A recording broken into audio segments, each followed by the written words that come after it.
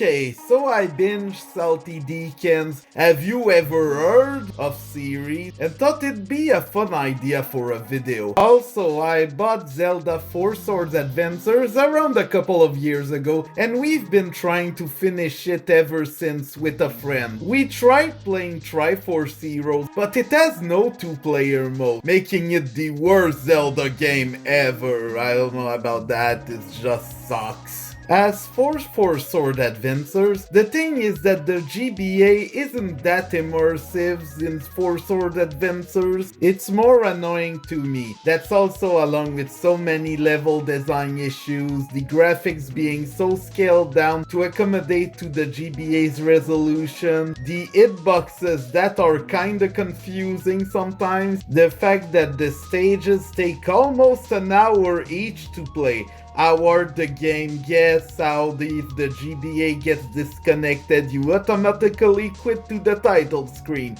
All of those things add up to create the most frustrating experience I've ever had with a Zelda game. And I've been playing it with friends, as the game intended. Joy! At least I get to share my pain with someone. Same for Dragon Ball Z sagas. However, my friend commented, "Hey, this game feels like it was made by interns." So after a tipsy rant on how this game didn't help the Gamecube sales at all, I wondered who made Zelda Four Swords Adventures. So this was the start of a rabbit hole. Since I hate channels that focus too much on drama, why not dive into this Zelda rabbit hole? But first, we need to talk about the original Four Swords on the Game Boy Advance, the one with that commercial.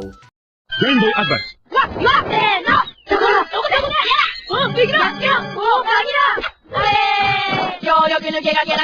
Here's the thing, both games were handled by different teams. The GBA title was handled by Capcom, while the GameCube one was by Nintendo. It is odd to see both of them collaborate right now, but this was after the Oracle of Seasons/Ages game. Nintendo wanted third-party devs collaborate with them due to the Nintendo 64's problems, hence why the Capcom 5 existed, where Capcom would make 5 exclusive GameCube games to make the GameCube sell more. It's also why quite a few of them flopped and one got cancelled. Great! Since Capcom was busy creating 5 GameCube games, including the development hell known as Resident Evil 4, I am going to assume this is why Four Swords on the GameCube was developed by Nintendo. Hold your horses, because the people who worked on the Game Boy Advance version at Capcom have quite the pedigree. For example, Yuko Takehara, who has worked on the music, also worked on Mega Man 6-7 as well as numerous other Capcom titles. Not only did the game have character and enemy designers, but also object designers. This is probably one of the most overlooked aspects in gaming, as you sort of assume a block is just thrown there with no thought put on it. But no, some of them, such as Takenori Kimoto, went on to become character designers in games such as Mighty Number 9. At first he worked with Capcom, but then he went to that game before working on with Level 5. I haven't played Fantasy Live, but it looks pretty cool. I respect this career path. Speaking of character design, Haruki Suegetsu worked to translate the new cel-shaded Zelda style on the GBA. Wind Waker wasn't out yet, but I'm sure Capcom got access to a ton of concept art material. I'm glad we got the 2D Toon Link we deserve. Also, ironically, Suegetsu designed characters for a 3D cel-shaded game. That's right, Zack and Wiki for Wii. I feel like the game would have attracted a bigger audience if it was an action platformer, but it's still pretty cool. After that, he only worked on Monster Hunter games, not even the colorful one. I want to see more of his character design. Someday, I hope. Look, I love sound effects, thanks to Hiroaki Kondo. I also love William Trinan, the Yokai Watch Donut guy.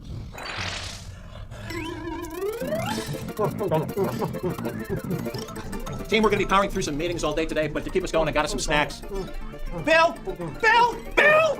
Who localized the game with the help of Leslie Swan, Princess Peach Original's voice. However, we need to talk about Hidemaru Fujibayashi. After working on a Mahjong game as well as a Tetris 1, Fujibayashi worked on Oracle of Ages/Seasons, only to switch to Nintendo's dev team after the Minish Cap to work on the Phantom Hourglass game, then Skyward Sword, only to become the director of Breath of the Wild/Tears of the Kingdom. What? What even is this career path, considering how important Breath of the Wild is to the gaming landscape? It feels baffling to see that kind of career path. He also helped with the script of Age of Calamity, so that's a win for my autism, yeah. Most programmers still worked at Capcom, which is not that surprising, it's just neat. Even the scroll designers, which I think is the design of the cutscenes, I'm not sure, I don't know. Either way, a lot of the staff went on to create The Legend of Zelda The Minish Cap. However, what happened to Zelda Four Swords Adventure's development is vague, with the only thing I can find being 2 interviews starring Eiji Aonuma, who's just the producer. He also revealed that Miyamoto got mad at the original script of Four Swords Adventures, wanting it to be less complex, which reminds me of another situation. So who knows what that story was? Miyamoto robbed us of something great, probably. All we have are names associated to the game, so we'll go with that. On that note, the script writers who probably were sad that their script got turned down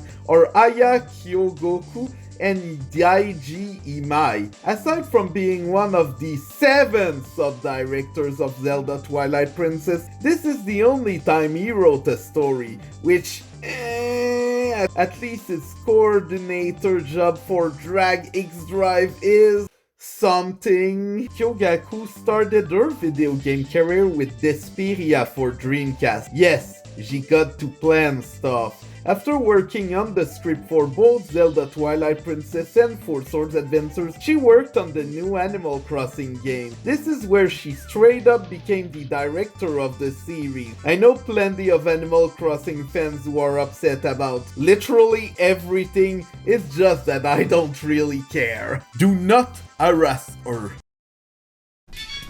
Oh, great. Bill, you're fired. Aside from that, the actual director, Toshiaki Suzuki, apparently used to be a very big A Link to the Past fan. Which is probably why the first version of Four Swords Adventures shown to the public used sprites from A Link to the Past, while other people compared its plot point to A Link to the Past. However, while looking at his career that includes BS Mario USA or a kanji dictionary, I found this. He got heavily involved in the development of the Tingle Tuner in The Legend of Zelda Wind Waker, which was a thing where you could connect your Game Boy Advance and get access to Tingle. And throw bombs. Wow, gee, someone who knows a lot about Game Boy Advance to GameCube connectivity maybe could help us in our project that involves Game Boy Advance to GameCube connectivity. Holy snaps, that would explain so many things. Wait.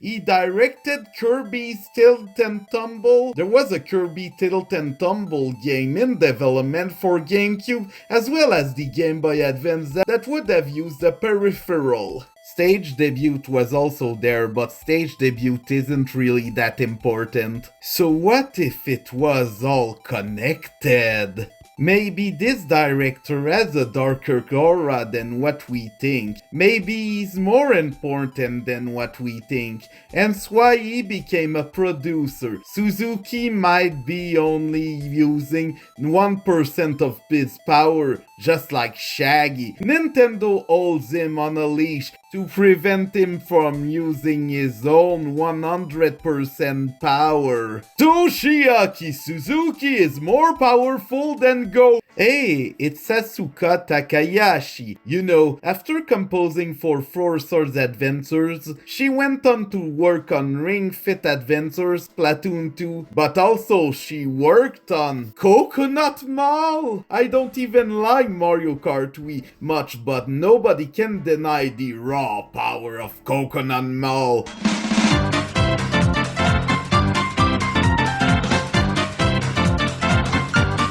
Also, Konji Kondo is there, like in most Zelda games. However, other directors exist. That's right, Kauchi Kawamoto was the assistant director, while Daiki Iwamato was the boss battle director. As much as I want to throw shade at Iwamato because I hate the boss battles of this game, he has been present since Ocarina of Time. What also feels like a doozy is that he apparently directed Phantom Hourglass while Fujibayashi got to be the sub-director. Iwamato still helps a lot with newer Nintendo titles, mostly with Zelda ones. Yay! Kuchi Kawamoto, the system director, also is used to the Game Boy Advance, as after programming for Mario Artist Talent Studio, he helped create the concept for WarioWare. He then worked on concepts on the WarioWare games until Gold. It's still pretty funny that Kawamoto worked on both this stupid short attention span game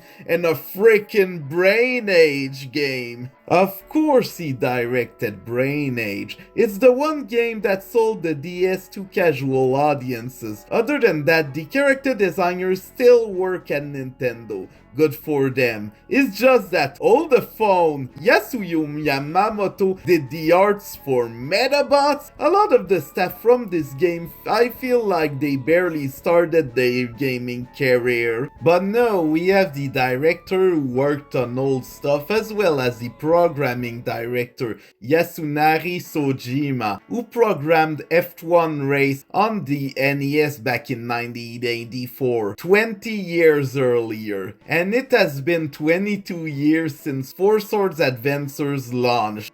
Let that sink in. Moral of the story, don't underestimate your developers.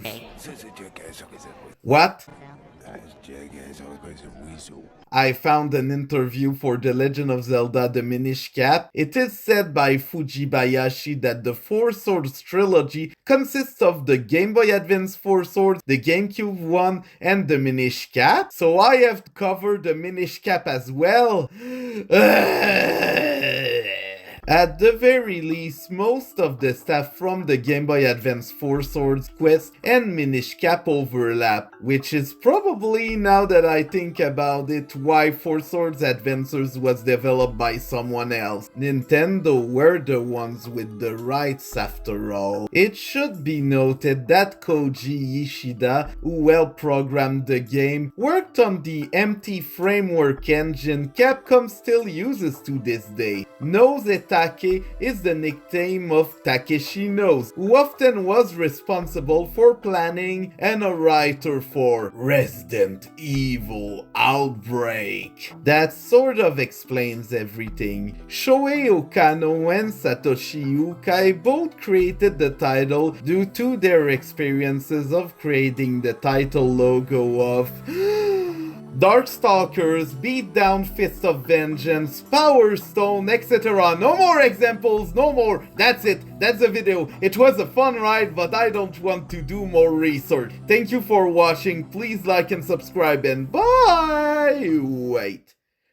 Basically, there was a side mode known as Tetra's Trackers that was cancelled for the international release because localization is hard and takes money. But in Tetra's Trackers, they straight up hired Tetra's voice actor from the Wind Waker. So who voiced Tetra? Ikari Tachibana? What roles does she have? Lifeline? La Pucelle Tactics? Power Stone? No. That's it. Bye!